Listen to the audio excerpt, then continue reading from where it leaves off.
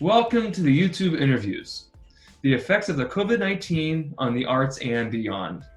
My name is Brian Murphy, and today we have a very special guest with a very special topic today. Something I hadn't really talked about, and I think it's very important, and I think everyone who is listening to this is being affected and is using it.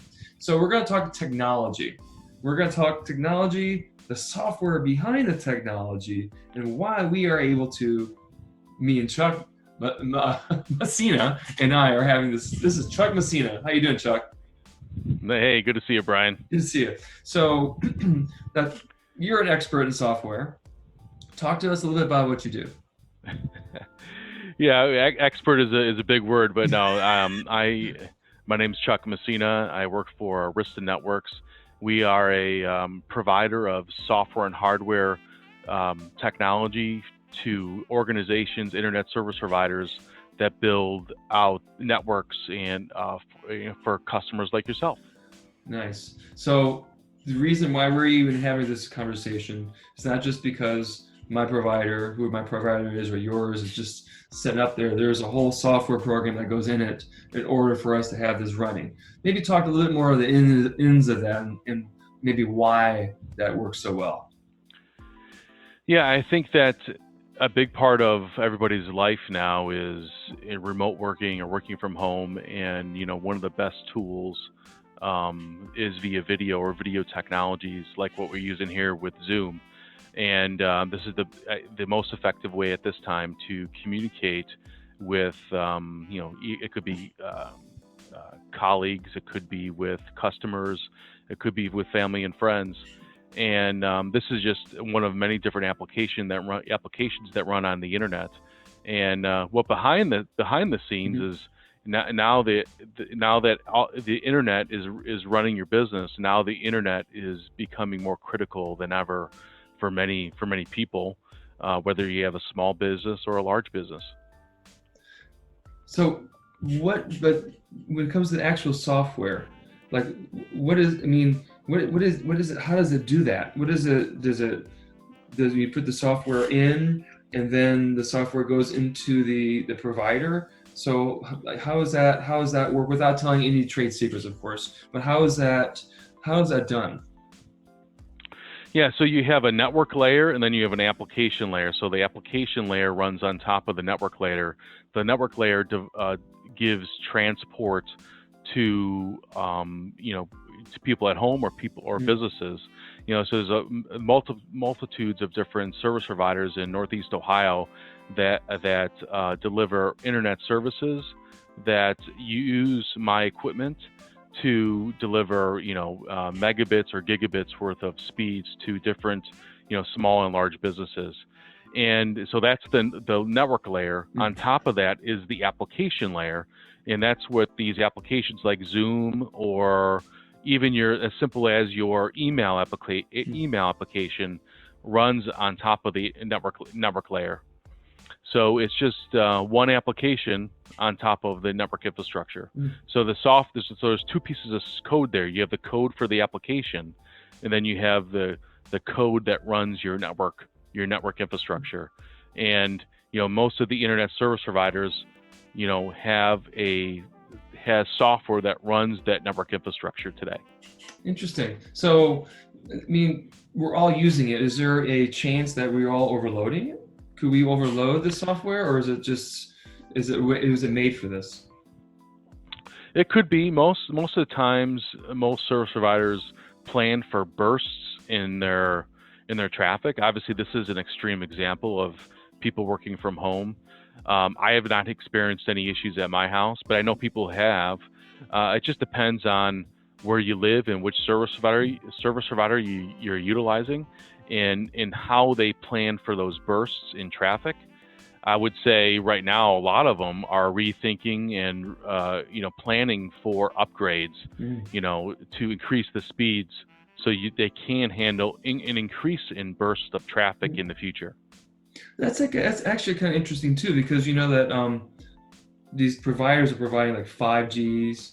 Do you think that's going to push these companies to go to the 6 or 7G speeds? Like there's your cell phone, that kind of thing? Yeah, it could be. I think that, so you have 5G, which is wireless. Hmm. Most people today, so let's go back to the internet. To the internet, so there's multiple ways to get to the internet. Your traditional way is through your cable provider, your telephone provider. Usually that is a physical wire that goes to your house or business.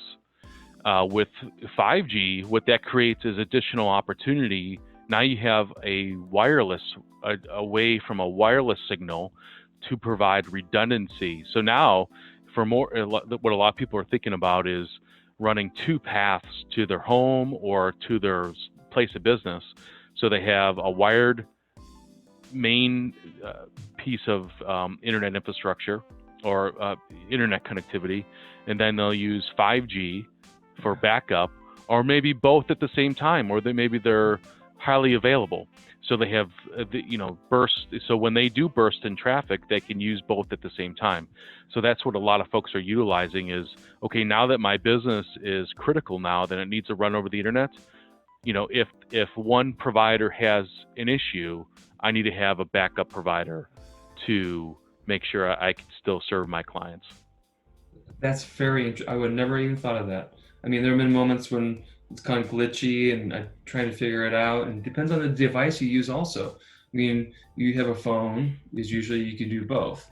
If you have a computer, typically you're going to just use the cable, right? So you don't have the phone connected to it. So Right. maybe people make some decisions. Well, I decide to make this a part of both services so that if something goes bad on one, I can switch over to the other. Right. Those are decisions that we even thought about until now. So go ahead. No, I was just to say you're exactly right. So most people still had whatever the business they had. Most of their traffic was, people coming into the place of business, and now it's the exact opposite. So they have to rethink about those things and building their network and their network connectivity for reliability and redundancy. Very interesting. And the beauty is, and the beauty of the infrastructure that we have created, which is the two layers, is the lower layer is such a strong layer that that you don't hear about a lot of problems, that it feels like it was already kind of set up for it, and that we are able to adjust it accordingly. So I want to ask you personally, Chuck, how you've been dealing with this whole thing. Being in the industry, being in this industry, you're practical, you kind of see it. What do you think? It's definitely hard. It's like your whole world has gotten flip flopped, right? It's for me, it's trying to figure out. Everybody seems to be in a lot of pain and going through tough times. And for me, it's just, what ways can I help? What ways can I provide value in those situations for my clients? It's also given an opportunity, since the kids are home now. I have 3 kids, to, how are they what are we gonna do with them all day? How are we gonna interact while I'm working and they're, doing homeschooling and doing chores and all that stuff. So that's been a balancing act as well. And my wife and I had the opportunity to work through those things. So it's been challenging, yet it's been interesting at the same time.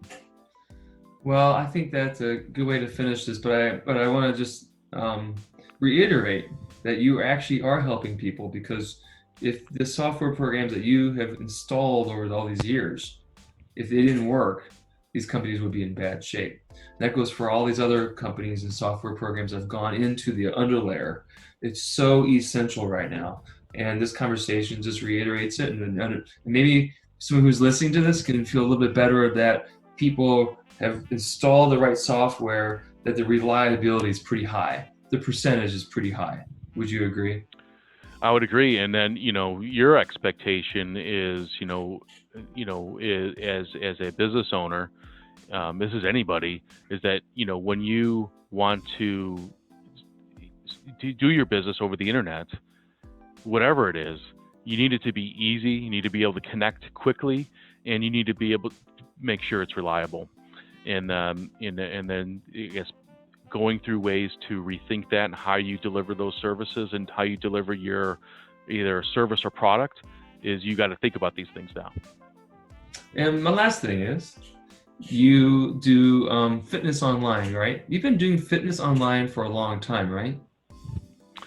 You know what? Yeah, I have. Of course, yeah. It's been interesting. Now that's all that's out there. Well, you've been sort of ahead of the game on that. You've been doing it for a while, though.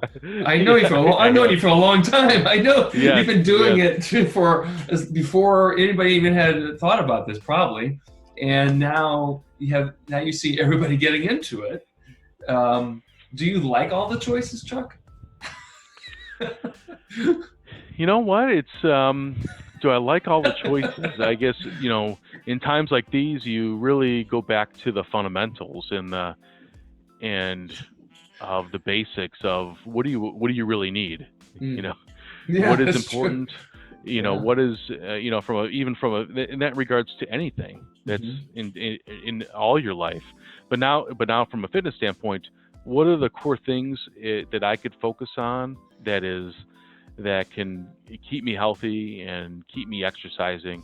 And those are the ones that I gravitate towards is, doing the simple things, it seems like. You know what? That's a good way to finish.